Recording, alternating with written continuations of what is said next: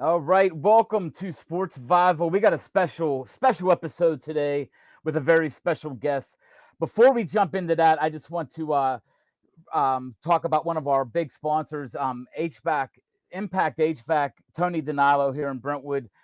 Great. If you need a furnace or you need a air conditioner, reach out to Impact HVAC right now because we don't know what we need in Pittsburgh right now. You could need a furnace, you could need an air conditioner, and it changes day by day. So reach out to Tony Danilo for your needs. And you get a hold of Tony at 412-297-1852.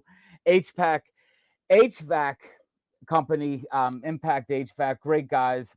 You need a furnace or a air conditioner, reach out to them. We have a special guest today. He is the voice of Pittsburgh. He is a guy that you can't miss. He's the the pregame pirate guy, host of that. He's the Steelers announcer. A lot of commercials, man. Rob, I think you and Greg Braun. I try to compare who does the most commercials during a pirate game, but this is Rob King, the man, the myth, the legend. Rob, thank you so much for joining Sports Bible. Thanks, JT. Mine are promotions, by the way. Oh, that's true. That So is as true. opposed to ads, but when you're watching the Pirates broadcast. But yeah, thanks. Good to be talking to you again, my friend.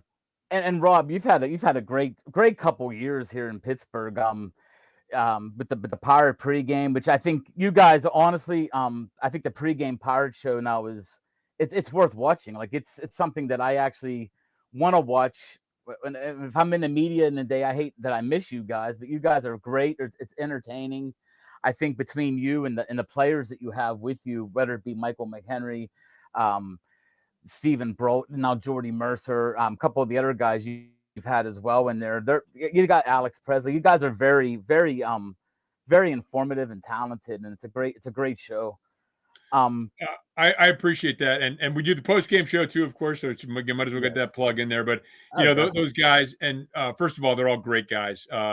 Stephen and Michael are the main guys, but Alex and Matt Capps and Kevin Young, they're great guys, and they really care about the Pirates, and they love baseball. And so you might get a game in which you think there's not much going on, or the Pirates lost, or even if they won and there doesn't appear to be much going on, these guys will pick out an at bat. They'll hey, look at the adjustment he made from one at bat to the other, or one batter to the other from the pitcher's perspective. Stuff that as fans, you think you know the game as a fan because you watched it your whole life, and then you're like sitting with your players and like, oh, this is very informative. I had no idea. So they're great. They love ball.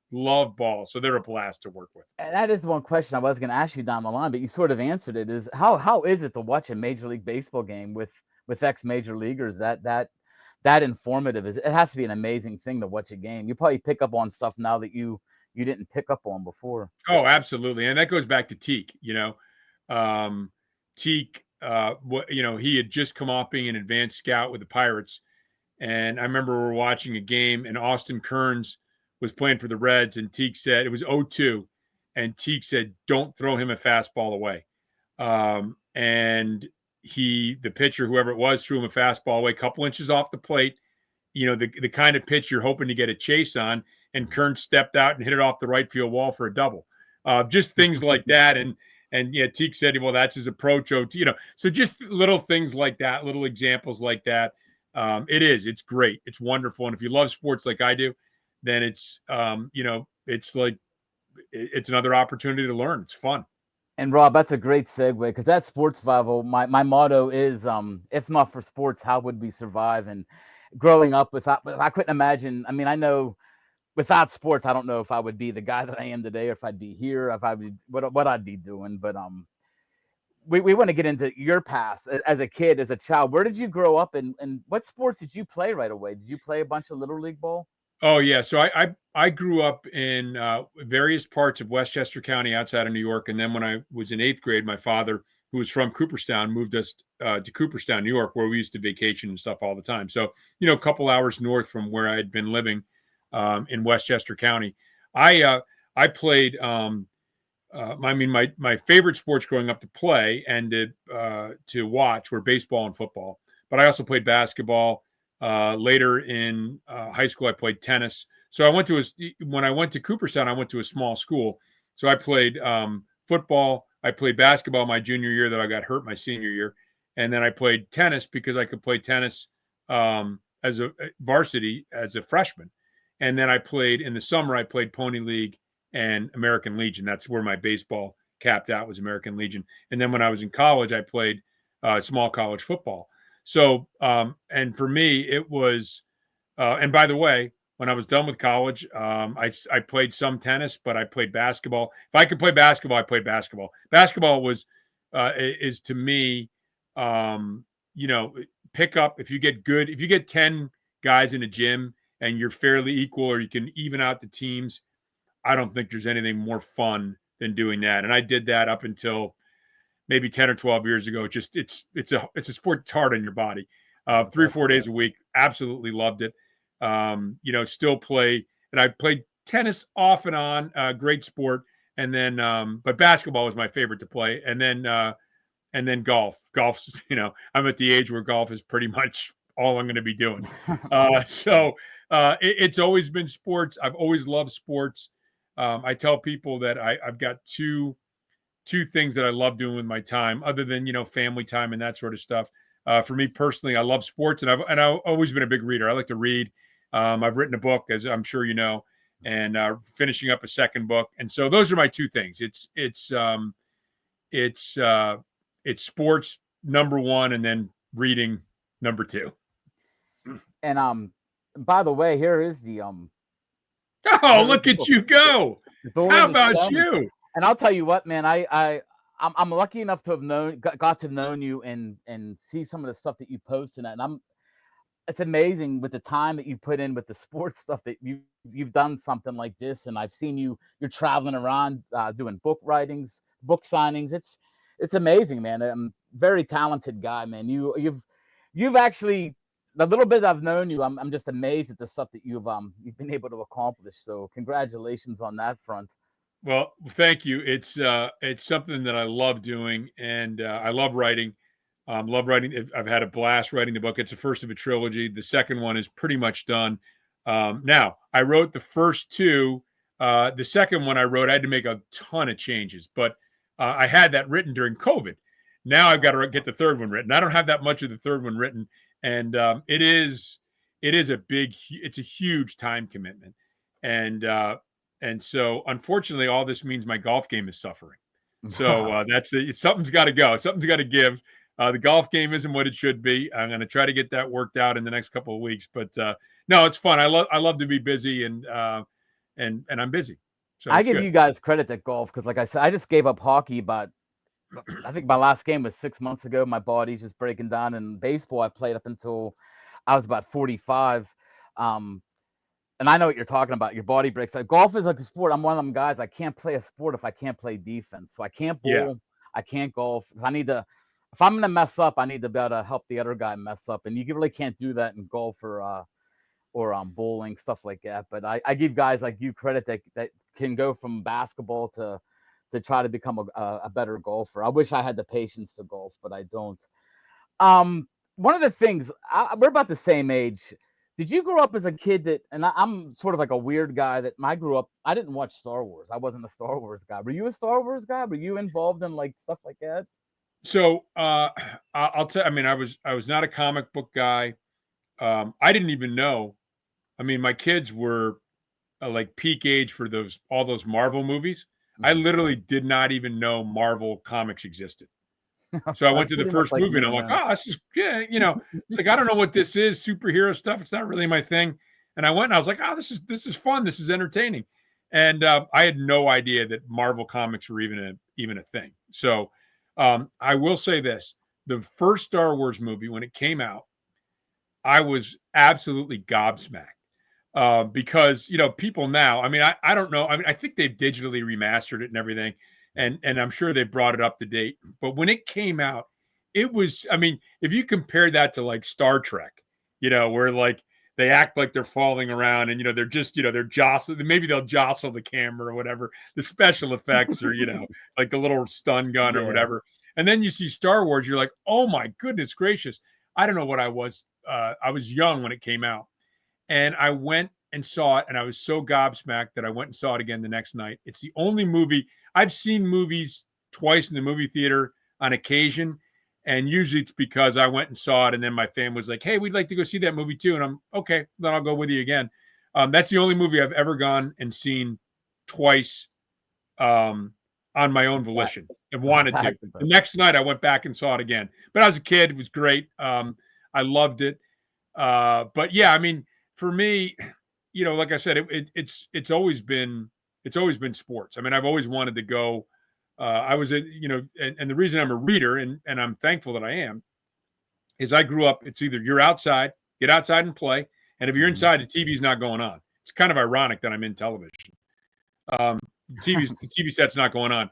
You want to be inside, you read a book, or what I used to do in addition to reading a book was take all those baseball cards and football cards. Oh. The football cards, I would line everybody up. I'd get a guard and a defensive line. I'd line them up, and then I'd take like a Franco Harris card and I'd like mash it into a Deacon Jones card. Who knows what those things would be worth now? They'd be like completely crumpled up. But that's what you did. You played with I would line them up in formation, and I'd have them, they'd be leaning together, little triangles, and I'd have them hit the hole, and that's what you did. I remember having the little quarter gumball helmets, and I would have like Steelers and say Chiefs. I would flick the helmet, and I had a little wooden football, and I would throw the football. If it hit the helmet, it was a catch. Right. If it hit the Steeler helmet, then hit the Chiefs helmet, it was an interception. It was amazing. I'm not putting anybody down or anything, but our generation had it, man. We were either outside for 12 hours a day. Then when we came in, it was, it wasn't much TV back then. I mean, don't get me wrong. We had some of the best TV shows back then, but it was almost like a family night to watch a couple shows. And that was what we did back then. So I know exactly what you mean with the baseball cards, especially. I had so many cards that I would love to know what they'd be worth. And you would grab them, you would, with your friends, you would flick them, throw them. It was just put them in the spokes. Kids would put them in the spokes of their bicycle wheels, that kind of stuff. Well, you pay thousands of dollars. To me, it's always been. I mean, it's always been sports. I don't have any real patience for a lot of other stuff. I mean, I just don't. I don't care, frankly. I don't pay much attention. I don't pay much attention to the news. My wife does. That's good. She can pay attention to it. I pay attention to the important stuff, like who's batting second for the Pirates, and exactly, man.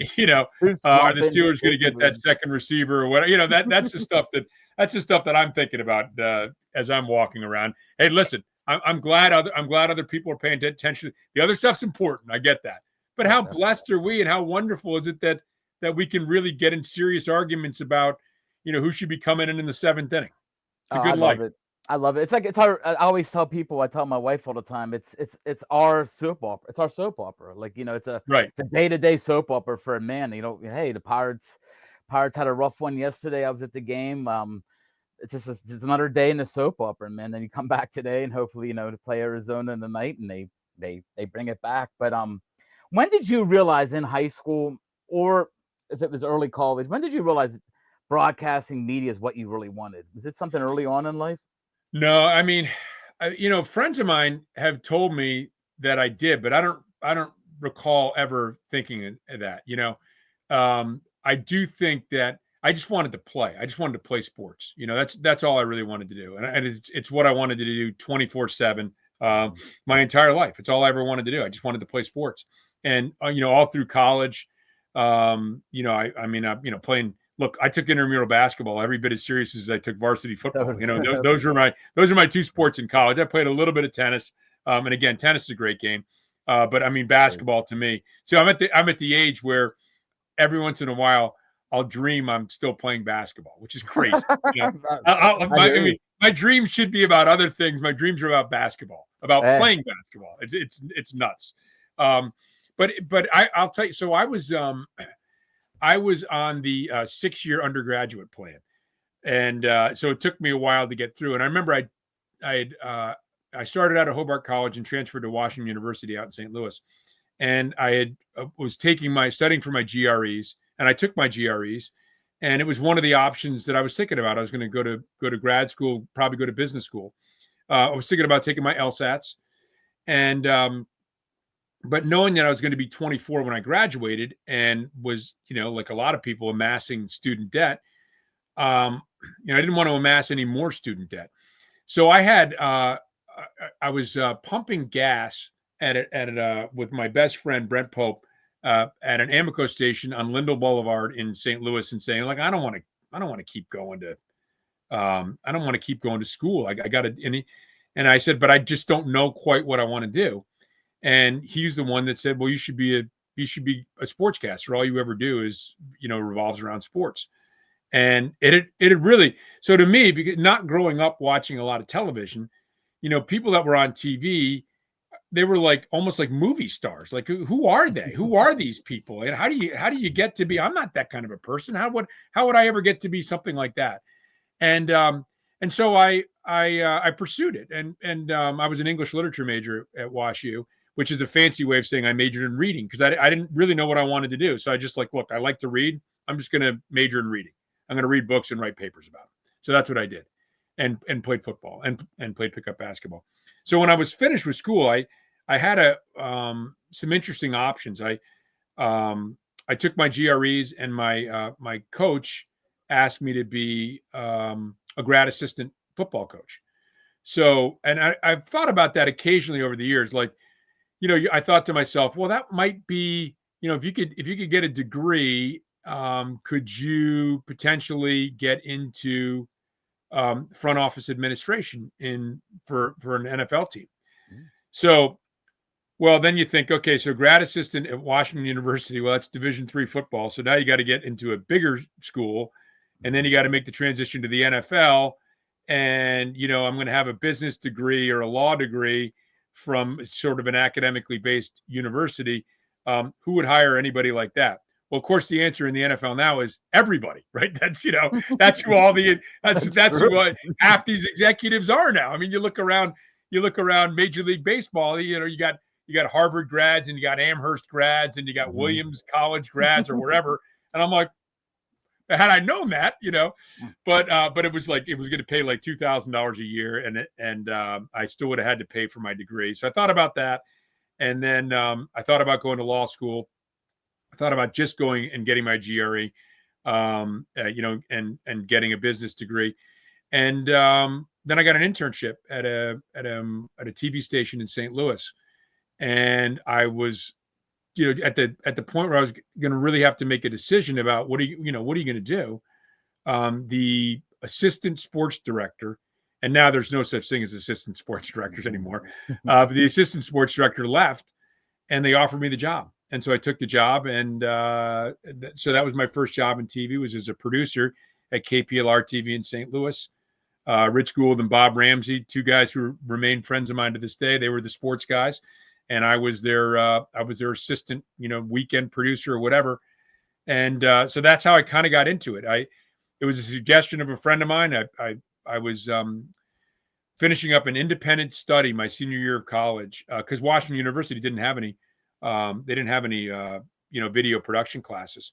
So I was finishing up a class. My independent study was the correspondence between Thomas Jefferson and John Adams. So I'm writing that, and all I had to do is, I could have graduated in December, but I'm like, I'm gonna graduate like with everybody else in May, so I can be part of the whole thing. So I dragged out this this study of Jefferson. It was the only thing I had to do in the spring.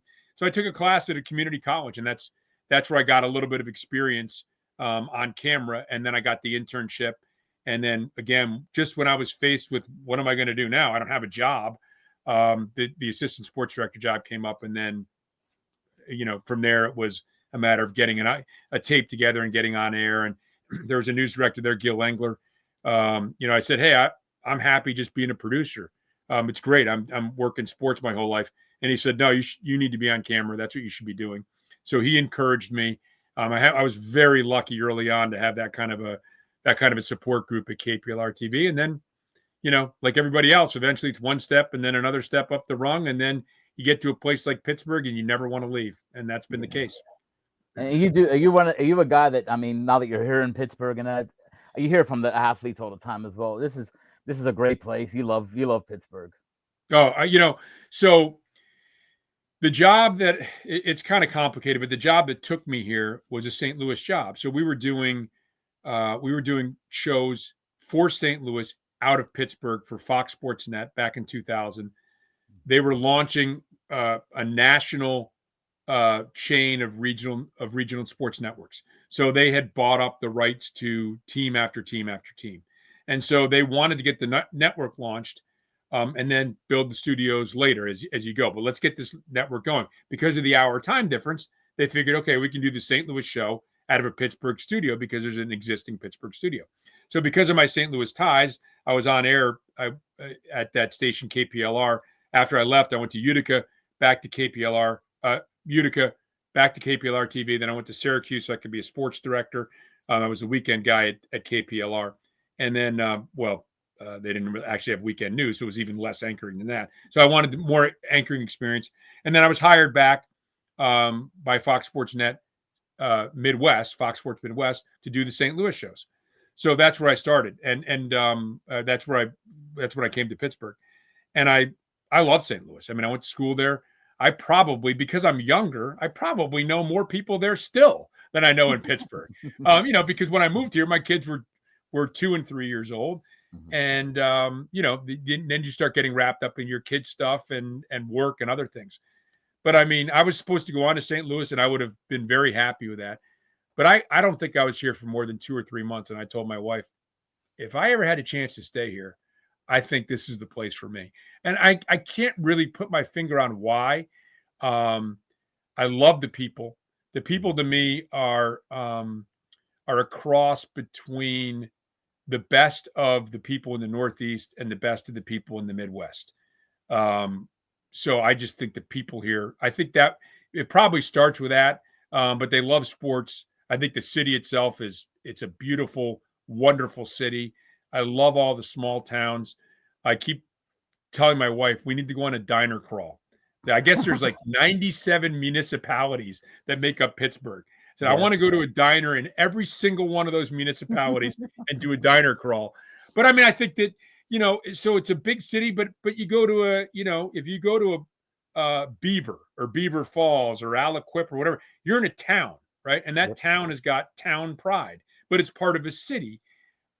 There's not a lot of places like that, JT. I don't know. Mhm. I've never been to a place I've never been um, outside of Pittsburgh, so I love that's hearing the configured people. that way. I love everything about it. So I feel very, very blessed that I've been able to be here and hopefully remain here for the rest of my life. We're blessed to have you here as an announcer, and that man, I'm telling you, I've been here 51 years, and I love hearing these stories because I take it for granted. I mean, I've been here 51 years. I've been in South Hills, haven't left here, and when you sort of take it for granted, and I have people come in, I hear from a couple athletes I've talked to that said the same thing. Like, man, Pittsburgh is it's a different place, man. It's just but I don't know how to compare it. So I love hearing the stories and people do compare it. But the one thing I have for you, Rob, because I love sports and I've heard you talk about hoops. I heard you talk about football. What was your basketball move? Were you a post up guy, a turnaround jumper? What was your qualities there? What was your So best part? I've told this to people. So I was fortunate to be a pretty good athlete. I don't want to oversell what I was as an athlete because I played Division III. But when I was playing pickup at the so generally I was a shooter. But I was fairly athletic, and so when I would play at WashU, pick up basketball against guys my own age, I fell in love with the idea of driving to the basket, driving to the basket and either shooting myself, which unfortunately was probably most often the case, or setting up a teammate, which as I got older I got better at. Um, because when I first started playing basketball, I didn't play a ton growing up.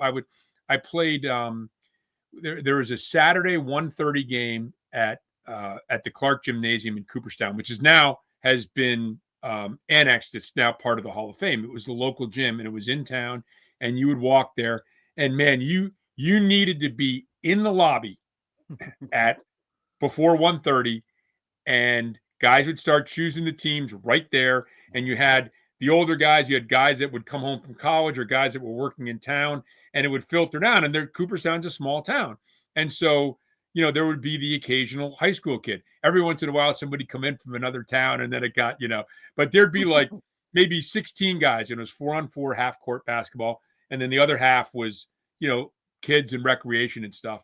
But it was serious business, and if you lost, you were done. You weren't going to play for another hour because now you're the You're the odd team. winner stayed on always, and there was no if you won and you won all afternoon, you played all All afternoon. day.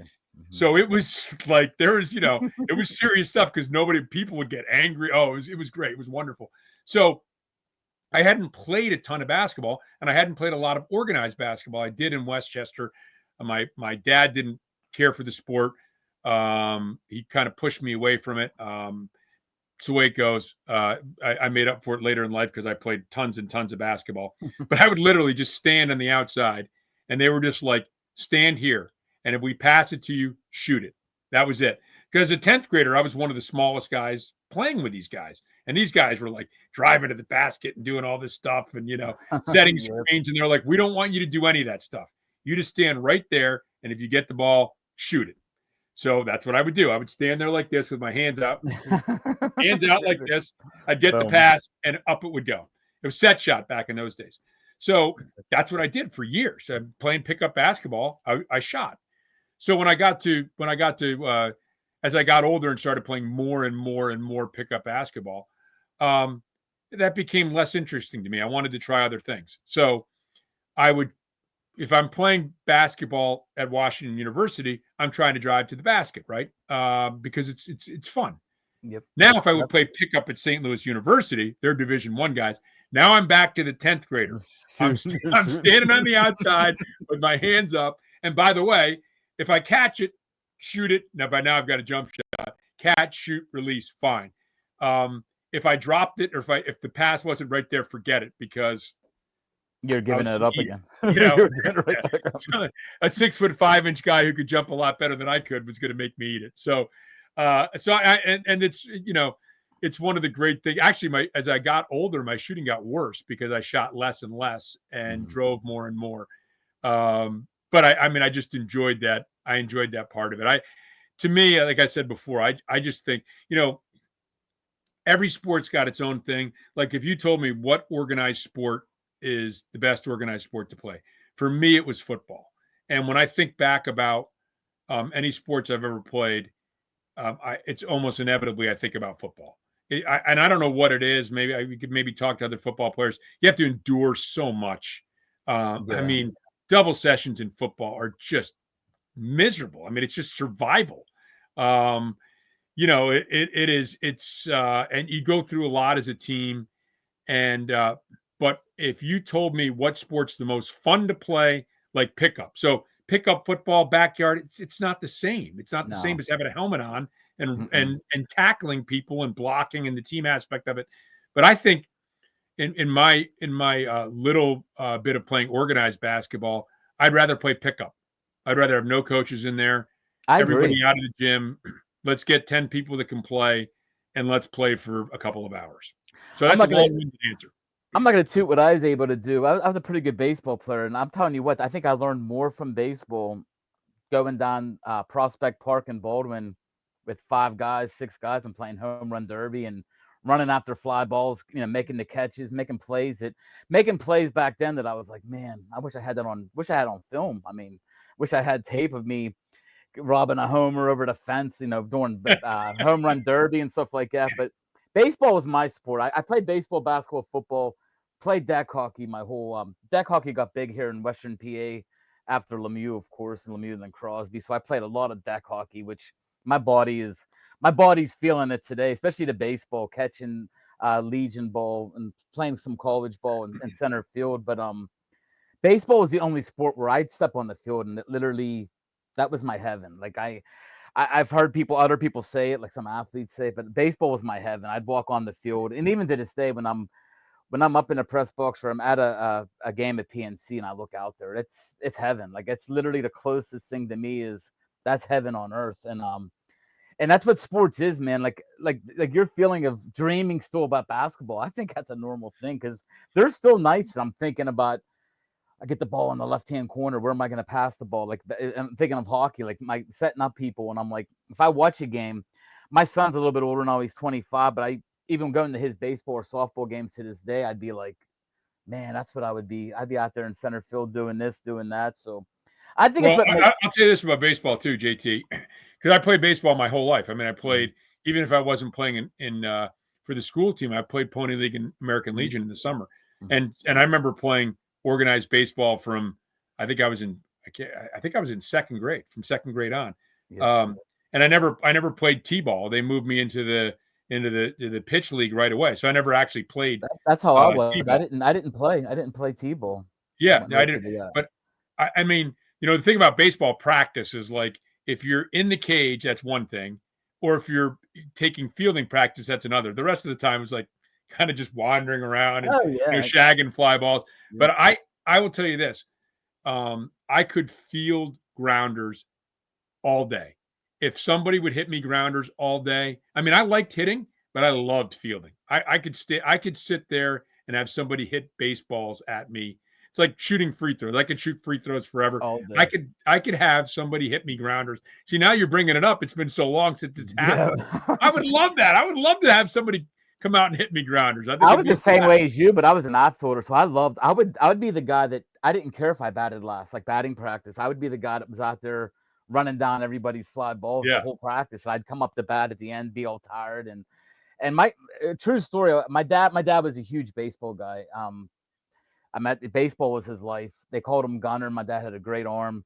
Um, Growing up, I batted right. I missed t-ball, and I was a right-handed batter my first year in little league. I had 2 hits all year, 2 hits, but I threw really well, threw strong.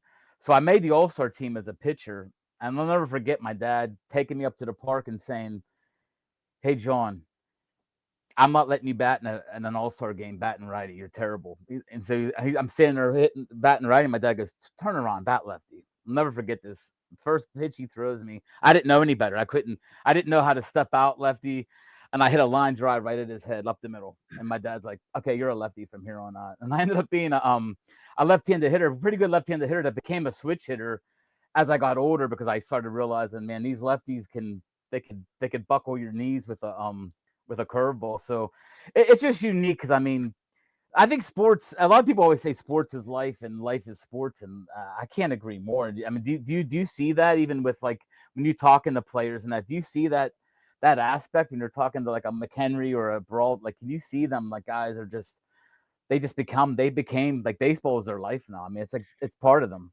Yeah, I mean, I think that's it gets in your blood, and I think that you have to remember how lucky we are to have that. And there Yes. are days, I'm generally kind of an upbeat guy, and I don't let a lot get to me. But there's days where I'm grumpy, and I'm driving to work. I used to get grumpy playing basketball. I can I had a imagine. bad day at the Y, man. I carried that for like, and it's at the YMCA, but I would carry that for like an hour. I'd be steaming. I'd I'm be the coming same way, home. man. I'd come home after a duck hockey game and my wife would be like, "What happened?" I'm like, "Oh." I'm Yeah, like, so I was This the two same way. open nets, Pick up horrible." pick up basketball, but Mhm. man, I get in the car and drive down to the studio, and whether it was a Pirates game or a Penguins game, a high school football game back when we did West Virginia, did the play-by-play for that. I get in my car and I'd be like, halfway to work, the steam would dissipate, and I'd be like, "Hey, man, I'm going in to talk about a game. I mean, how great is Yeah, this?" And that's I a would get great. excited, and I still get excited. And I mean, it's lucky, JT. I mean, I've been doing this job for decades, and I still get excited about going into work. And I can It hear still it in makes your my voice. day in a lot of I ways, could hear it. I'm honestly with you guys on the pregame, postgame. I could hear it in your voice. Um, I've been lucky now in my life. I'm just a guy that started doing this later in life. I got to meet you. I got to meet Greg Braun, and I'm going to tell you right now that I think you are two of the greatest, nicest men I've ever met in my life. I mean, Greg Braun. I told you the story off the air about him and Steve Glass, what they did for my dad. They're just it's just amazing, this town. I mean, I got to meet him once, but I got to meet Mike Lang.